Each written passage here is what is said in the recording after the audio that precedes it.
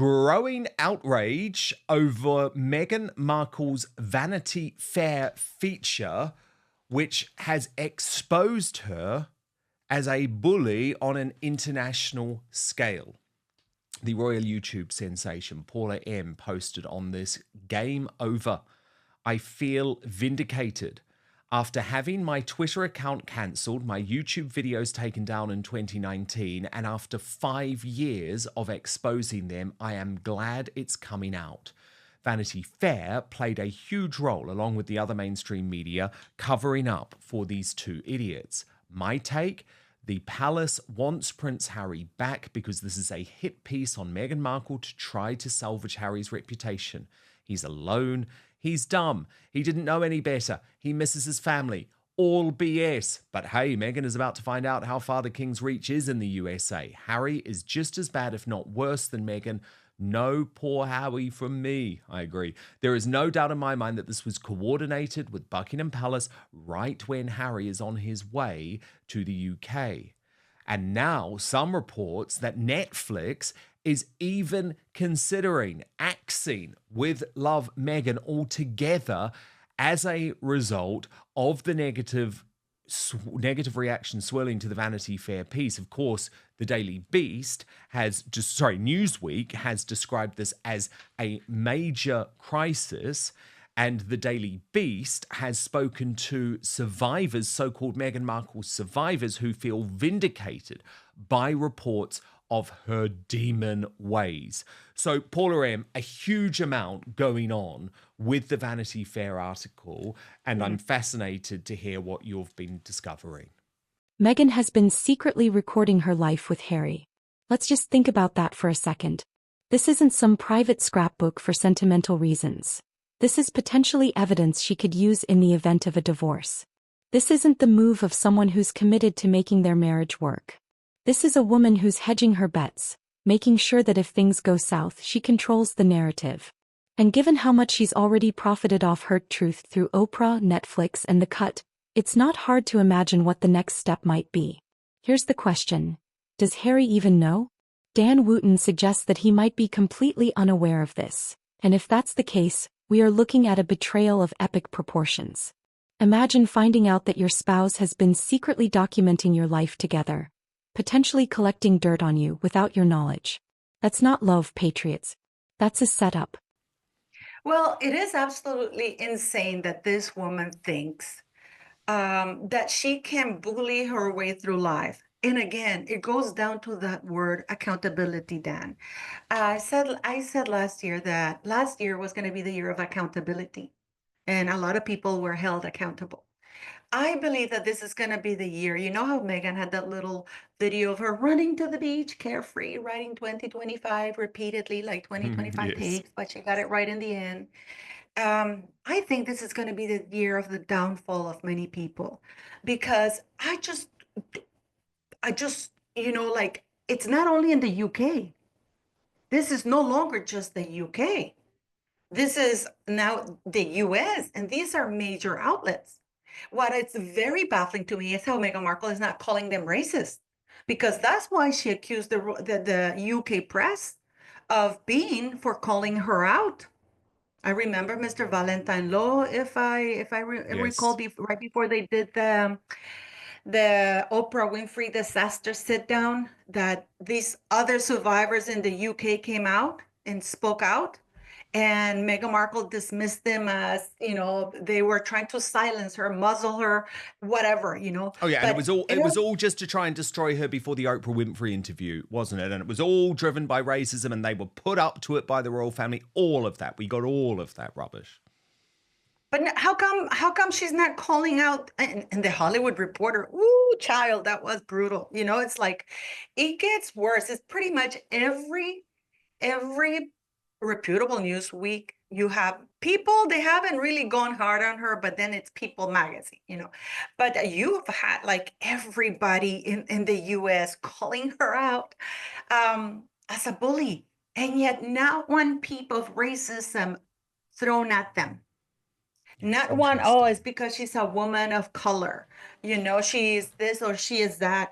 And the only real denial that she has given was that selling of the book, purchasing the book, which is quite interesting. That in itself says a lot. Yeah, and Because I I remember, want to get into this actually with you. yeah, But just before I do, I'm sure most people have at least heard about the article, but I just want to take you through this specific part of the article because it's obviously very critical. So Vanity Fair wrote, a few years ago, a rumor began circulating around the book world about another prospective project for Meghan.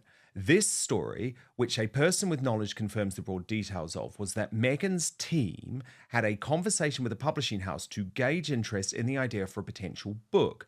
The concept, for which there was no written or formal proposal, was post-divorce, not a general book on life after marital dissolution or one about Meghan's past experiences. This book, this notion of a book, might center on a post-Harry divorce.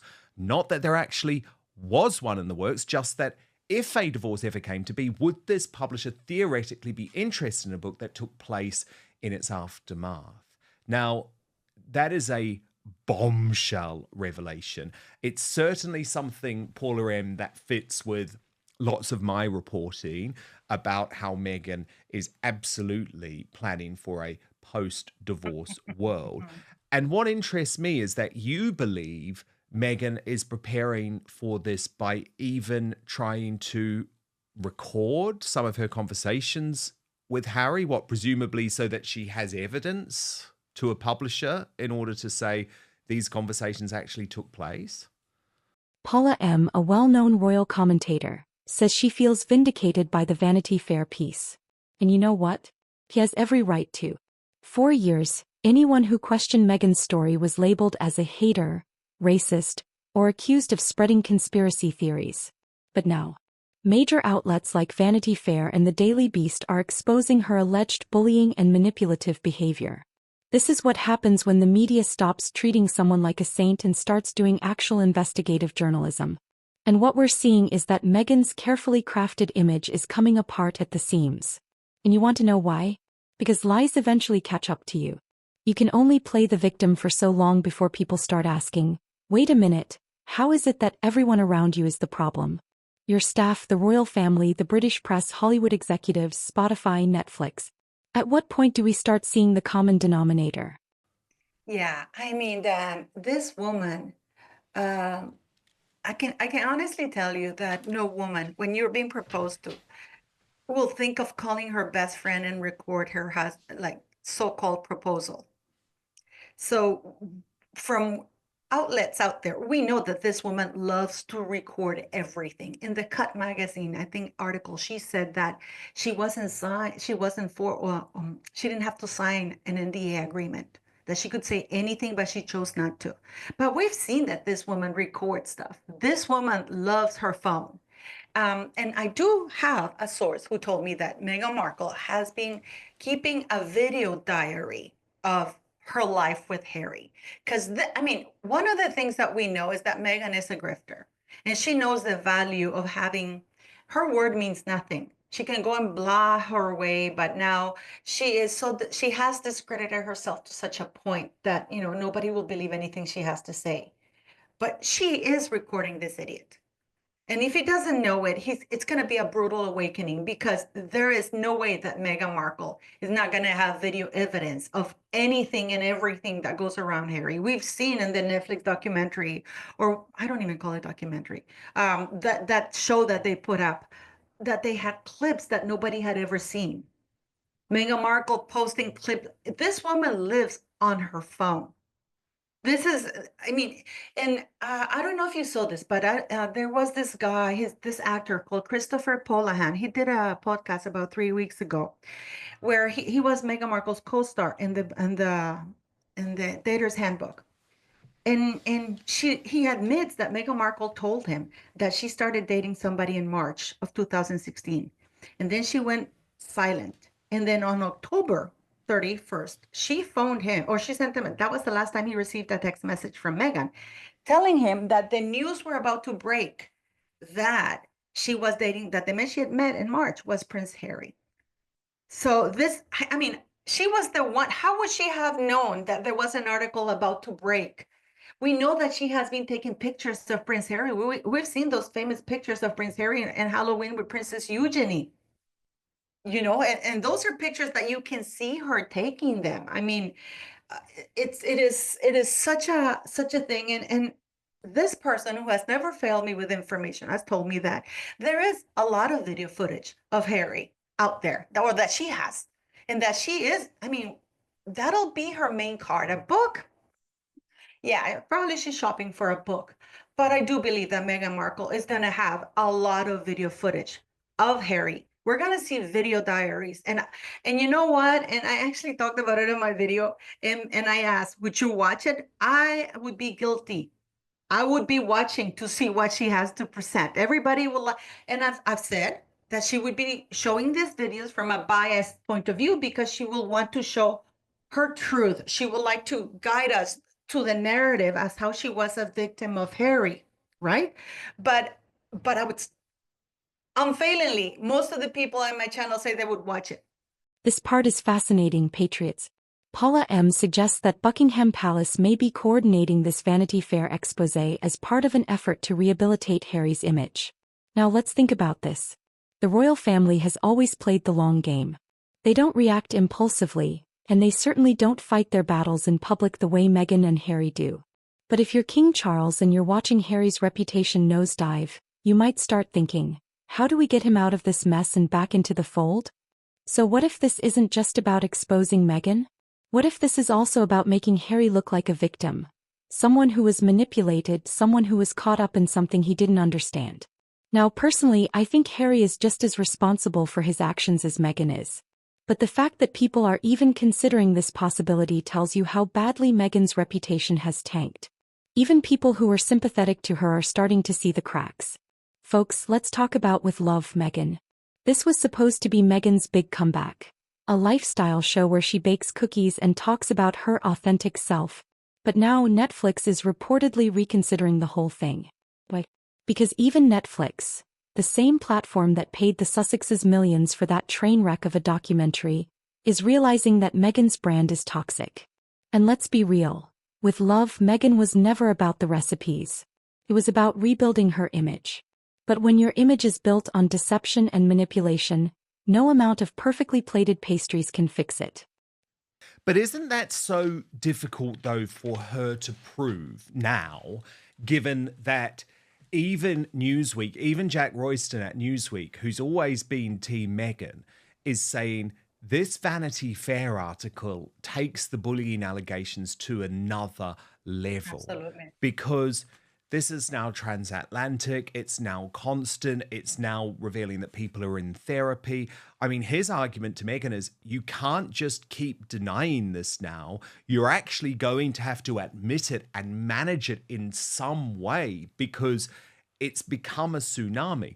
And of course, look, I'm very proud that I was the first to raise my head above the parapet and talk about, I mean, I was literally the first journalist to come with any evidence about the fact that Meghan treated her staff terribly, and it was in regards to the way that she was dealing with staff at Kensington Palace. That's how long we're talking about. So for a long time, of course, I was accused of all sorts of things. But the point is now, this is a trend.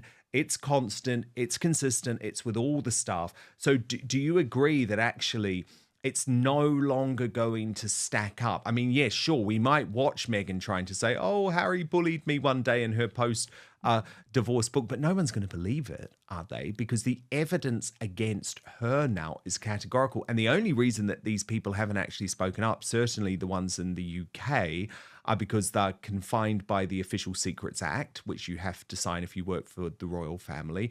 And in the case of the Americans, my understanding is they all signed non-disclosure agreements, which is the reason they can't speak on the record. Yeah, that is the thing also, that it's hard for people to speak up, but it also shows a failure of people who were watching and witnessing Meghan Markle allegedly bully these people and allowed her to get away with it. Because I think there was a change in the laws in the United States of America where you cannot use an NDA to silence bullying or SA or anything like that. But I think that most of these people are threatened because Meghan Markle, up until now, has had very powerful people backing her because she's still part of the royal family. She's still married to Harry. And there is this ambivalency about whether Harry's going to go back to the royal family. So people don't want to be overly critical of Harry just in case he goes back to the palace because they want to be able to have access to, to the palace. It also shows a failure on both sides of the Atlantic on how to protect these victims and how to this day this woman is allowed to get away with it. It is also very incredible because I don't know if she's very famous for saying that she doesn't listen to that noise. Paula M. said it best. 2024 to 2025 is shaping up to be the year of accountability. And I couldn't agree more. People are tired of the victimhood narratives, the deception and the hypocrisy. So what do you think, patriots? Is Meghan really keeping a secret video diary to use against Harry? Is Buckingham Palace working behind the scenes to pull Harry away from this mess? And what about Netflix? Will they really cancel With Love, Meghan? Let me know your thoughts in the comments.